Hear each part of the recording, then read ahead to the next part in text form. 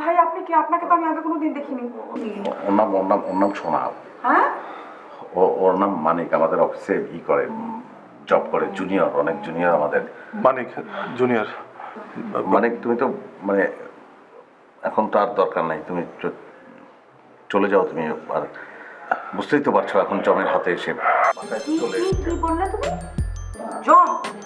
সেটা বলি না আমি, বলতে চাইলাম যে জমের হাত থেকে উদ্ধার পেয়ে এখন আসছি তোমার হাতে, এখন তুমি আমাকে সুস্থ করে তুলবে, এই তো।